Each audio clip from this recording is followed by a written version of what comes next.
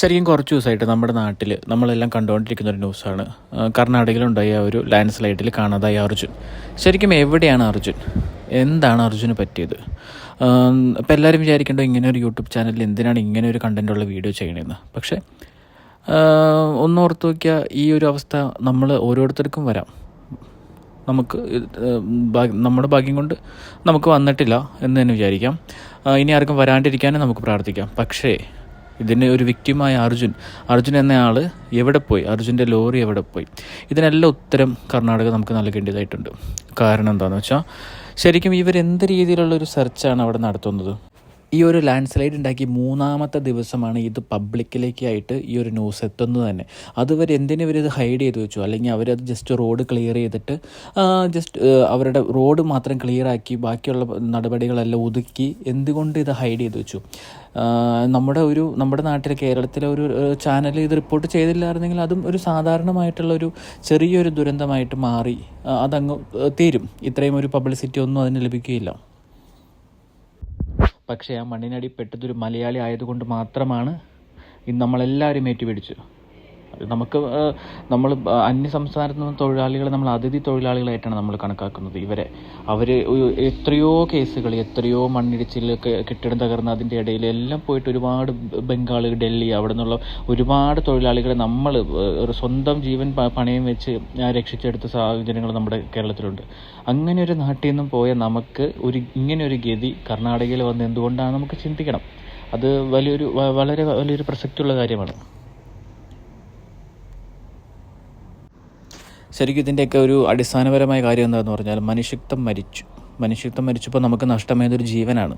എന്തുകൊണ്ടാണ് കർണാടക സർക്കാർ ആ ലാൻഡ് സ്ലൈഡ് ഉണ്ടായതിന് തൊട്ട് പിന്നാലെ തന്നെ ഉചിതമായ നടപടി സ്വീകരിക്കാത്തത്? അവരെന്തുകൊണ്ടാണ് ഇത് മൂടി വയ്ക്കാൻ ശ്രമിച്ചത്?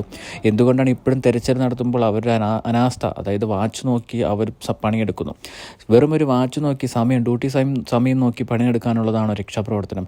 ആ രക്ഷാപ്രവർത്തനം എന്ന് പറഞ്ഞാൽ ആ അപകടത്തിൽപ്പെട്ട ആൾ തിരിച്ച് കിട്ടുന്നത് വരെ അതിനൊന്ന് വാച്ച് നോക്കി പണിയെടുക്കേണ്ടത് ഒരു കാര്യമില്ല.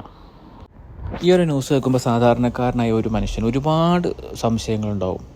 എങ്ങനെ ആ ലോറി എവിടെ പോയി? ഒഴുകിപ്പോയോ? മണ്ണിനടിയിലുണ്ടോ? എന്തുകൊണ്ട് സർക്കാർ അത് മൂടി വെച്ചു? 3 ദിവസം കഴിഞ്ഞിട്ടാണ് കർണാടക സർക്കാർ ഉചിതമായൊരു തെരച്ചിലേക്ക് വരുന്നത്.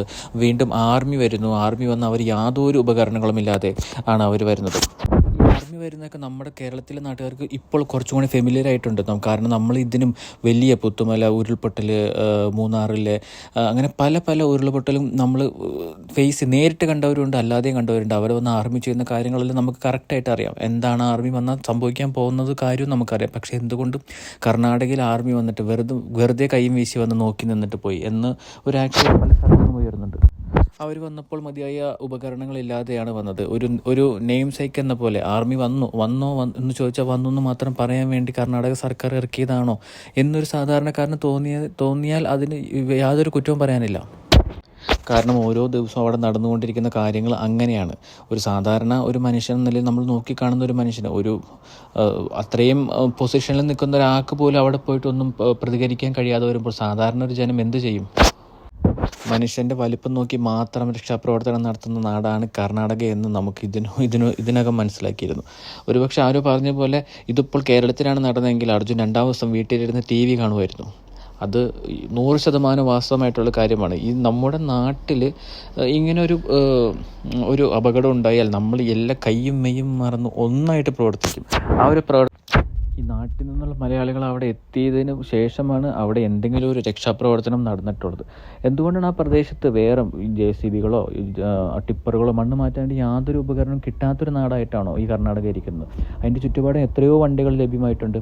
പക്ഷെ നമ്മൾ കണ്ട് ഇത്രയും വലിയൊരു ലാൻഡ് സ്ലൈഡ് ഉണ്ടിട്ട് ആകെ 2-3 വണ്ടികൾ നിന്നിട്ടാണ് മണ്ണ് മാറ്റുന്നത്. അതും റോട്ടിലെ മണ്ണ് മാത്രം മാറ്റുന്നത്. ഇതിൻ്റെ അർത്ഥം എന്താണ്? നമ്മൾ സാധാരണ ഒരു മനുഷ്യൻ നോക്കുമ്പോൾ എന്താണ് ഇതിൻ്റെ എങ്ങനെയെങ്കിലും ആ റോഡ് ക്ലിയർ ചെയ്ത് അങ്ങനെ ഒരു സംഗതി അവിടെ നടന്നിട്ടില്ല എന്ന് പ്രതിപാദിച്ച് അതങ്ങോട്ട് ഒഴിവാക്കി കളയാനുള്ളൊരു നീക്കമായിരുന്നു കർണാടകയുടെ. പക്ഷെ മലയാളികളുടെ ഒത്തൊരുമയുടെ മുന്നിൽ അവർ ഏകദേശം മുട്ടുമടക്കിയൊരു ഭാവമാണ്. കാരണം അവർക്ക് വേറെ വഴിയില്ല. ഇത് ഒരുപാട് തലങ്ങളിലേക്ക് ഇതിൻ്റെ വാർത്ത പോയി കഴിഞ്ഞു. അവരുദ്ദേശിക്കുന്ന അവരുടെ കൈപ്പിടിയിൽ ഒതുങ്ങാത്ത വിധത്തിൽ മലയാളികൾ ഈ വാർത്ത ലോകമെമ്പാടും എത്തിച്ചു. ഇന്നുള്ള ലോകത്തിരിക്കുന്ന എല്ലാ മലയാളികളും ഒരുപോലെ നോക്കിക്കാണുന്നത് അർജുൻ എവിടെയെന്നാണ്. മനസാക്ഷിയില്ലാത്ത ഒരു കൂട്ടം ജനങ്ങളുടെ ഇടയിൽ ഈ ഒരു അവസ്ഥ വന്ന അർജുന് വേണ്ടി നമുക്ക് പ്രാർത്ഥിക്കാം. എത്രയും ഒരു ദൈവത്തിൻ്റെ ഒരു മിറാക്കിൾ അവിടെ സംഭവിച്ച് അർജുൻ ജീവിതത്തിലേക്ക് തിരിച്ചു വരട്ടെ എന്നാണ് എല്ലാവരും പ്രാർത്ഥിക്കുന്നത്. അതുപോലെ തന്നെ നടക്കാനാണ് ആഗ്രഹിക്കുന്നത് തന്നെ. പക്ഷേ ഇതിനെതിരെ നമ്മൾ ഈ കർണാടക സർക്കാർ ഇതിനെതിരെ നമ്മൾ എന്തായാലും പ്രതികരിച്ചേ പറ്റൂ. എന്തുകൊണ്ടാണ് അവരിങ്ങനെ ചെയ്യുന്നത്? എന്തുകൊണ്ടാണ് ഒരു മനുഷ്യനൊരു ഇത്രയും വിലയാണ് ഉള്ളൂ? ഒരു മനുഷ്യനല്ല, ഒരുപാട് മനുഷ്യൻ, എത്ര കണക്കൊന്നും അവർക്ക് കറക്റ്റായിട്ട്